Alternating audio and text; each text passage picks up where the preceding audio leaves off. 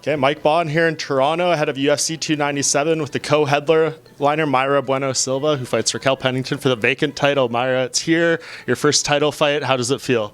I feel great and grateful for everything God did in my life.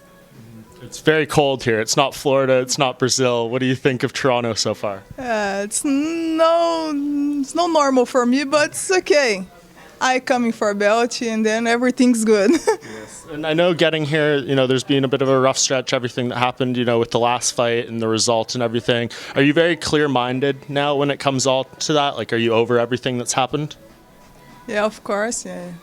God bless me too much. Then everything okay. I will give a big show for everybody on this Saturday. Yeah, and it's a very historic fight. This is only the second time this title has been on the line where it hasn't involved Ronda Rousey or involved Amanda Nunes. So it's like a new era, right? Yeah. Do you feel like kind of responsible to usher in it with an exciting fight and a new title reign on your side?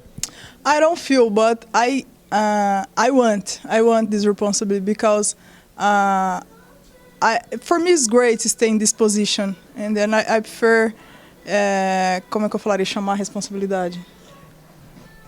I demand the responsibility. I call it in, this responsibility to be in that position. I want that position. Yeah. How long have you kind of had that dream in your mind, right? Like, you probably saw Ronda, you saw Amanda when you were coming up, right? Did you always aspire to be like them and hold that belt eventually? I love both, but I think Ronda is Ronda, Amanda is Amanda, Mayra is Mayra. I think I'm different than Ronda and Amanda. What do you think kind of makes you different? Like, what do you want your championship reign to be like? What kind of champion do you want to be? I'm different because I'm more aggressive. I have a good jiu-jitsu. I have a good wrestling. And like champion, I want to change lives. I think this is my motivation, change lives, change my community. For me, is everything is about this. It's not about the UFC champion. It's about Mayra champion, change lives. Why do you think that's important to you? Like, where does that come from? Is it the way you were raised, just things you've seen? Why are those things important to you? It's hard to talk about this, but I'm born in a community. Some days I don't eat, I don't have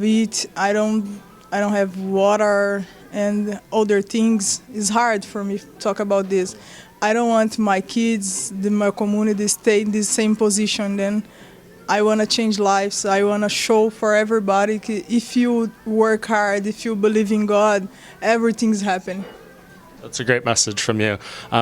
Talking about the fight with Raquel, what do you think of her as an opponent here, and what kind of challenges do you think she brings in this fight? She has a good box. She have a good clinch. She's tough. She stay in the top 5 for a long time. But I believe I'm better than her in everything. My jiu-jitsu better, my box better, my wrestling is better. But she's very tough. She's very dangerous. But I am champion. I am the chosen one. You made some comments about, maybe what the fans think about this fight, and, you feel the responsibility to make it exciting because maybe, some fans don't love the matchup. Why do you feel that way, and when did you start to feel that way in terms of just like what you want to do with this fight? This division is a great division. UFC is not talk too much about bantamweight. Talk about Ronda or talk about Amanda. Not talk about this division is a big division in UFC. And now I feel I can do this. I can do this. Do you think they think that because of Raquel's side? I mean, she's had some fights that are maybe a little bit slow. Your fights have all pretty much been very exciting. So do you think it's more on her end? Yeah, her fight is great fight, but not very exciting.